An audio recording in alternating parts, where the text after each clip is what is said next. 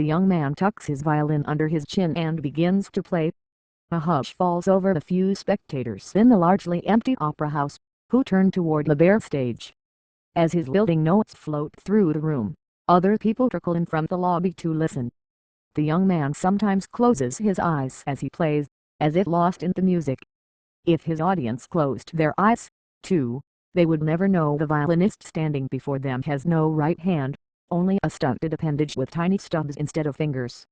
Which is fitting, because Adrian Anandawan prefers to be judged for what people hear, not what they see. At 28, Anandawan is one of the world's most accomplished young violinists. He has performed at the White House, at the Vancouver Winter Olympics, for Pope John Paul II, for Christopher Reeve and most recently for the Dalai Lama during a private recital at MIT. Anandawan played the piece by Bach, and when he finished, the Tibetan Buddhist leader approached him. He put my hands together, and put his hands around mine, and our foreheads touched for 6 or 7 seconds, Anandawan said. And I'm just thinking to myself, my goodness, where has this instrument and music taken me? I feel tremendously blessed to have had experiences like that. Anandawan's disability has been with him since birth. Doctors think the umbilical cord wrapped around his hand in the womb, cutting off the blood supply and keeping it from growing properly. To compensate, he uses a simple prosthesis called a spatula, which grips the violin bow. In recent years, Anandawan has devoted his career to using adaptive technology, from prosthetic devices like his own to sophisticated computer software, to aid aspiring young musicians in overcoming a wide range of disabilities. By helping them make music, he believes this technology can help reveal the inner humanity of disabled children who struggle to express themselves through other means. Accessibility is not an act of charity, Adrian told an audience last summer during a TEDx talk in suburban Boston, where he is now an orchestra conductor at a charter school. It's one of lifting the ceiling of potential development so that all children can explore this world, but also possibly create new ones. Mind-controlled prosthetic limbs, a sonic fingerprint born of Thai Chinese ethnicity. Anandawan grew up in Toronto. With only one hand, many childhood milestones, learning to tie shoes, sharpen a pencil in class, ride a bike, were difficult for him. Classmates made him feel different. Growing up without an arm, it seems trivial now, but when you're in grade 1 or 2, kids can exclude you on many different levels, he said during an interview last fall at the annual PopTech conference in this picturesque Maine seaside town. By the time he was 9, his parents decided he should learn the musical instrument. The recorder was out, because it's difficult to adapt for 2 hands. The trumpet was too loud, and so were the drums. Little Adrian didn't have much of a singing voice, so his mother decided on the violin. His parents took the instrument to a rehabilitation center, where they adapt prosthetics to meet the needs of disabled children. A few months later, engineers there produced a customized device out of plaster, aluminum and Velcro straps. 18 years later, he's still wearing the same one. Little did my parents know that they had invited a dying cat into their home for the first 6 months in the form of Twinkle, Twinkle, Little Star, said Anandawan in the TEDx talk, squeaking out the melody on his violin. For a boy with one hand, music became a great equalizer. Suddenly, he could do something the same way as his classmates. I had this adaptation. It did look different, but what came out, in terms of the sound from the instrument, was exactly the same as theirs. And we were all trying to make music together, Anandawan said. Music was my way of sharing my personality with the world. I was very shy. I didn't talk very much. And the instrument, and playing music, helped me come out of my shell. Adrian learned quickly.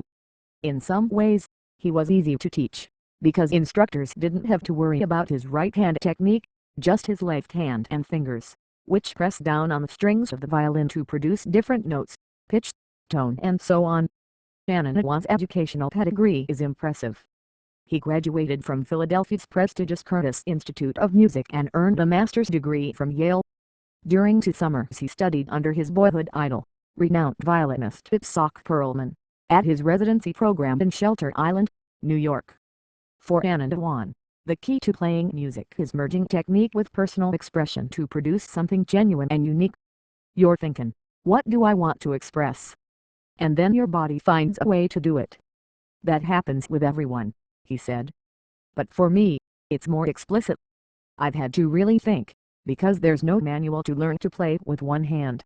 As a student and a professional, Adrian has performed as a soloist with orchestras throughout his native Canada, at New York's Carnegie Hall and with violinist Anne-Sophie Mutter on a European tour.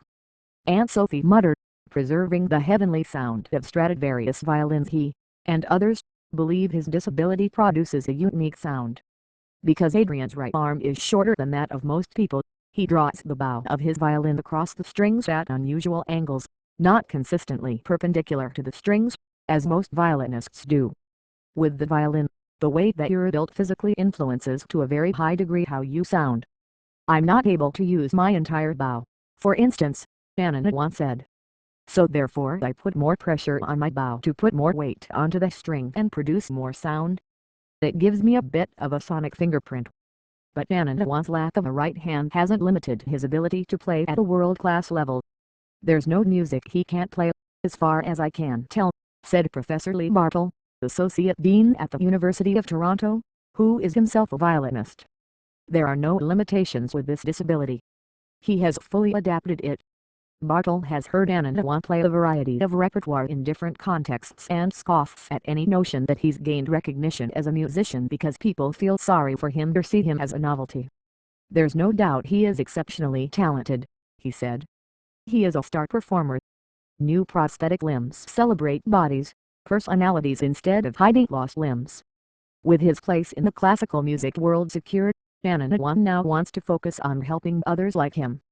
He was inspired in part by a visit years ago to Toronto's Holland Bloorview Kids Rehabilitation Hospital, which built his prosthetic. There Anandawan was introduced to a device, called a virtual music instrument, that translates movement into sound. Like a motion-controlled video gaming system, the virtual music instrument employs a camera that is mounted on a computer screen and aimed at someone, capturing their gestures. The virtual music instrument software is designed to play pre-recorded musical samples when the person waves a hand or tilts their head, activating symbols on the screen. Intrigued, Anandawan applied for a grant from Yale and gathered a team of doctors, musicians, music therapists and educators to explore the device's potential. He began working with a young musician, Eric Wan, who was forced to give up the violin after a neurological disorder paralyzed him from the neck down.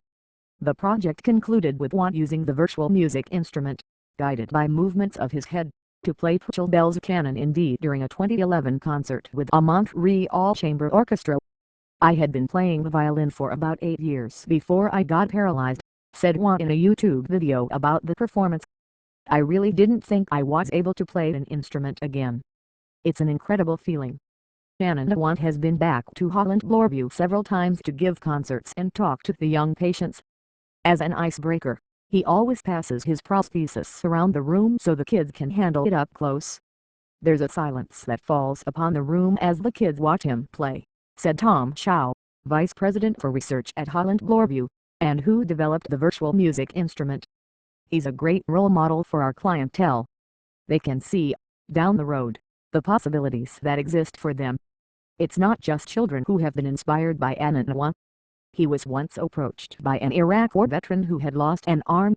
After seeing Anandawan play in a video online, the man made a crude prosthetic device out of cardboard and took up the violin. In most of these stories, it's never about the technique or technology that is important, but the desire to live life authentically and creatively. We often forget even traditional musical instruments are technological adaptations in their own right. They are tools to manipulate sound in a way that we couldn't do with our bodies alone, said Anandawan, who earned a second master's degree last year, this time from Harvard's Graduate School of Education. To say that your example has changed some life along the way for the better, I'm extremely humbled to be a part of that.